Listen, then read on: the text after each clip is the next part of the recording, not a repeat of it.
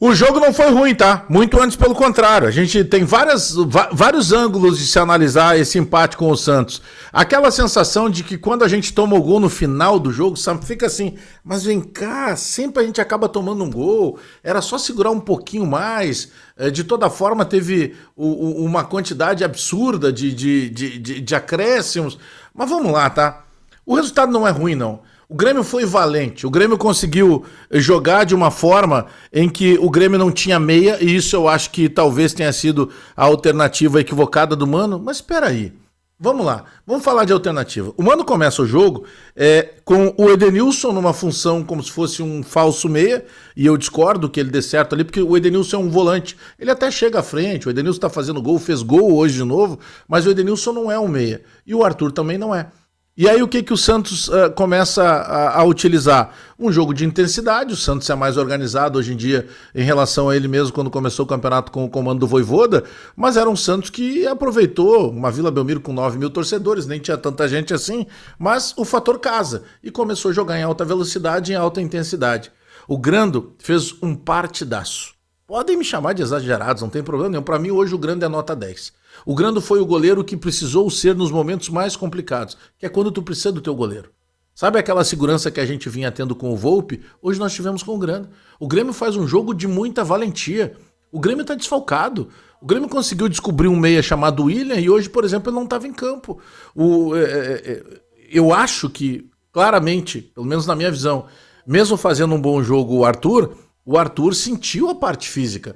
O Arthur, no final do primeiro tempo, a TV mostrava ele já estava exausto. Então o Mano também teve que jogar com isso. E olha que a coisa do futebol, né? Quando o Grêmio faz o gol aos 22 minutos do segundo tempo, é o exato momento que eu estou batendo na tecla desde o final do primeiro tempo. Olha, eu acho que o Mano tem que tirar o Edenilson, botar o Cristaldo, e o Mano tem que tirar o Pavão e botar o Amuso. E o Mano faz isso.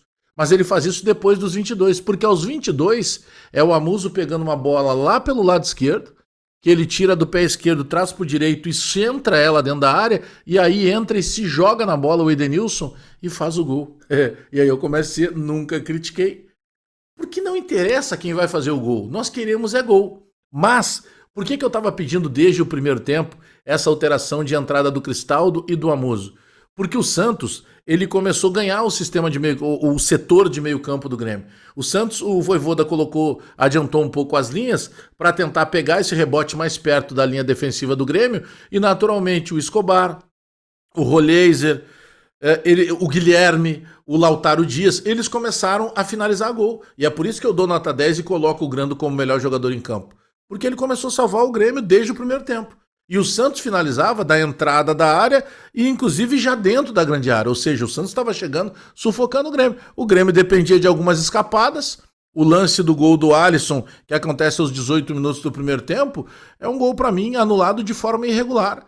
Porque a bola vai no brasão, o goleiro do Santos, retruca no goleiro, volta no Edenilson, o Edenilson não tem tempo de tirar a mão, a bola bate na mão dele. Mas não é nem a questão de ter intenção ou não. É um movimento natural, não tem como ele fazer algo diferente. Mas o Grêmio soube sofrer. Porque mesmo depois que o Grêmio faz o gol aos 22 do primeiro tempo, do segundo tempo, melhor dizendo, o que faz o Vojvoda técnico do Santos? Cara, tô perdido por um, perdido por todos. Tem um momento ali que ele empilha atacante, ele tira um volante para botar mais um centroavante, que era o Tiquinho Soares, e ele tenta pressionar o Grêmio. Então o Grêmio soube sofrer no momento que precisou sofrer. Eu acho que abaixo do Grêmio hoje, se a gente considerar os jogadores que ficaram o tempo inteiro em campo, a gente vai apontar o Gustavo Martins. O jogo foi maduro. Nós estávamos vencendo dentro da Vila Belmiro, com vários desfalques, com um time cansado, porque foi um jogo muito intenso do primeiro ao último minuto, e mesmo assim, sim, nós estávamos vencendo o time do Santos, faltando praticamente uma volta de ponteiro, porque depois tem mais alguns acréscimos que são dados. Nós tomamos o gol de empate aos 45. Então era óbvio que a gente começou a sofrer e bola na trave e defesa do Grando. Tem uma falha, sem dúvida nenhuma. A bola, ela é chutada no travessão e quando ela volta, ela encontra sozinho, sem marcação nenhuma, o Lautaro Dias. Tem uma falha. Isso aí até na várzea. Tu olha pros caras e não pode ficar ninguém do adversário. Quer dizer, por que não sobrou um jogador com a camisa branca que era do Santos? Porque teve uma chupada de bala. Mas o jogo foi bom, o Grêmio foi muito valente. O Grêmio hoje não tinha o seu lateral direito titular. O Grêmio hoje não tinha de novo o seu centroavante, nem o primeiro e nem o segundo centroavante. O Grêmio não tinha o William, que era o carimbador. Olha, eu recebi recado de um amigo aqui criticando o Riquelme. Pra mim, o Riquelme fez um partidaço. Que legal, né? Que a gente tem essa pluralidade de opinião quando a gente vê futebol. Pra mim, o Riquelme entrou com uma missão.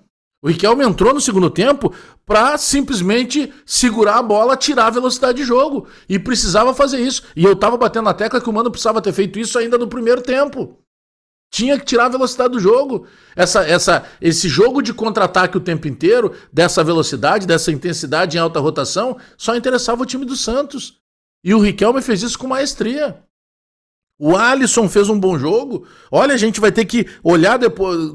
Depois eu posso esmiuçar algumas coisas, mas o Gustavo Martins foi abaixo.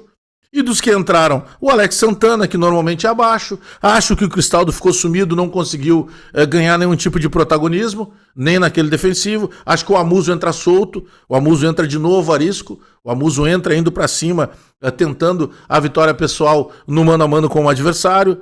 O Alisson, como eu falei há pouco, fez um bom jogo. O André Henrique fez um jogo de o tempo inteiro ficar disputando com o sistema defensivo do Santos.